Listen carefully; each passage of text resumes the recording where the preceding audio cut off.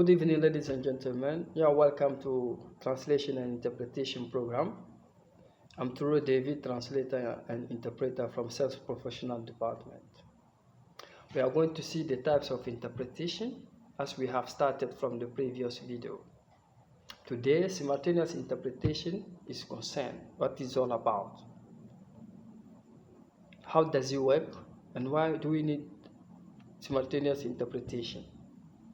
Simultaneous interpretation, it is an interpretation of an idea or message that takes place at the same time and in real time between the speaker and the interpreter, from the source language to the target language, in order for the audience to understand.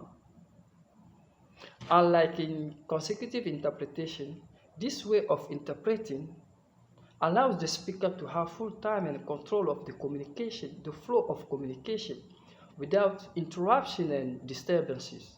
On the side of the listeners, they can receive the message into their language with smooth understanding, without pause or delay. So let's remind that there's difference between mother tongue and first active language. Mother tongue is a language in which you are born. First active language is a language in which you have been educated. For example, me, I was born in Guinea. Soso is my mother tongue. French is my first active language because I have been educated in French language.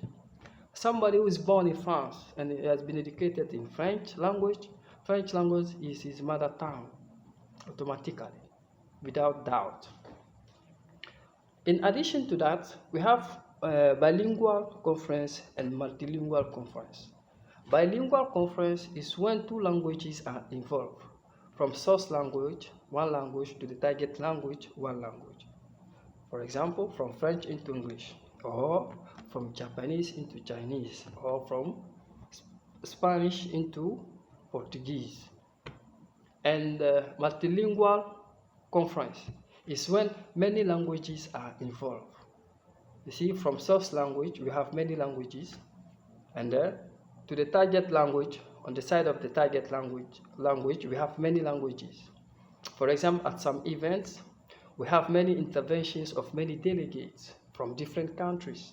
Each country has its own language, you see, into which is going to deliver its speech.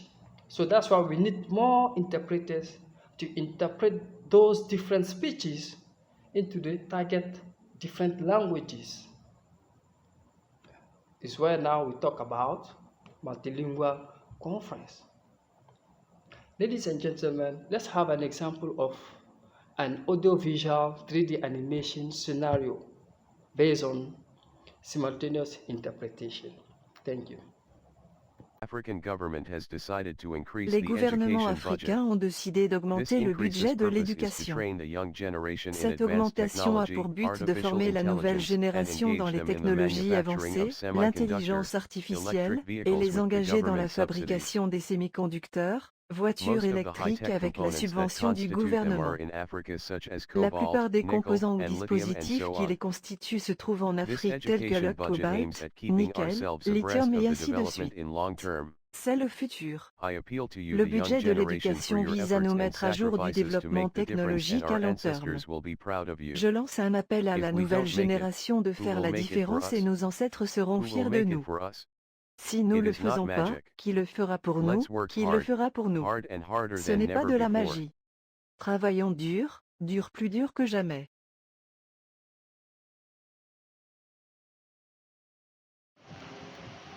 Bonsoir mesdames et messieurs, vous êtes les bienvenus au programme de traduction et d'interprétation. Je suis Touré David, traducteur-interprète du département professionnel de Sales. Aujourd'hui, on va essayer de voir ce qu'on appelle l'interprétation simultanée. Comment ça se passe et pourquoi c'est trop demandé au niveau des conférences. Bon, l'interprétation simultanée, c'est une technique d'interprétation ou une pratique d'interprétation de la langue de départ à la langue d'arrivée qui se passe au même moment entre le locuteur et l'interprète. Maintenant, contrairement à l'interprétation consécutive, l'interprétation simultanée permet au locuteur ou au délégué d'avoir un contrôle de son discours sans aucune interruption, sans aucune gêne ou de retard pour émettre son message à l'audience. Et en même temps, l'interprète, peut-être il peut y avoir quelques secondes d'intervalle ou 3-4 secondes comme ça. L'interprète aussi, en même temps automatiquement, fait une traduction orale de ces messages à la langue d'arrivée, en enchaînant bien sûr. Maintenant, comment ça se passe? C'est pas que quand je dis il parle à la fois, que l'interprète et le locuteur parlent au même moment, ce qui n'aura pas de sens à ceux qui nous écoutent. Donc comment ça se passe? L'interprète a un micro. Quand il parle, le micro fait le relais au niveau des écouteurs, des interprètes qui sont assis dans une cabine, qu'on peut aussi appeler bidule. Bon, il y a une nuance entre bidule et cabine. Vous voyez? Donc, ils sont dans leur cabine, donc ils reçoivent le message à travers leur casque, et en même temps, ils ont un micro, et ils retransmettent le message du locuteur à travers leur micro. Et au niveau des membres de l'audience ou des délégués, ils ont aussi des écouteurs. À leur tour, ils écoutent aussi le message du locuteur à travers cette interprétation de façon directe. Et puis, bien enchaîné, sans aucune interruption ou bien retard. Donc, eux aussi, ils auront le temps de bien cerner toute l'idée et puis aussi d'avoir le temps d'analyser, s'il y a lieu d'analyser les messages du locuteur. Maintenant, il est à signaler qu'il y a une différence entre la langue maternelle et la langue active. La langue maternelle, c'est la langue dans laquelle tu es né, tandis que la langue active, c'est la langue dans laquelle tu as étudié. Par exemple, moi, je suis né en Guinée, mais j'ai étudié dans la langue française. Donc la langue française est ma langue active. Tandis que pour celui qui est né en France, la langue maternelle c'est la langue française, mais aussi il va étudier dans la langue française. Donc automatiquement, ça devient une langue maternelle pour ce dernier. En plus, nous avons aussi ce qu'on appelle la conférence bilingue et la conférence multilingue. Quand on parle de conférence bilingue, c'est quand deux langues sont impliquées. Par exemple, de la partie de la langue anglaise à la langue française, ou bien vice-versa. Ou à partir de l'espagnol au portugais, ou à partir du chinois au japonais. Ça, c'est deux langues qui sont impliquées.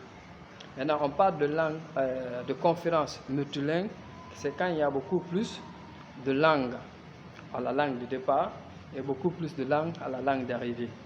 Souvent, c'est lors de ça, c'est des événements quand il y a beaucoup d'intervenants ou de délégués des différents pays qui veulent intervenir, transmettre leur message et que chaque pays en général, tu vois, non, ils parlent de différentes langues.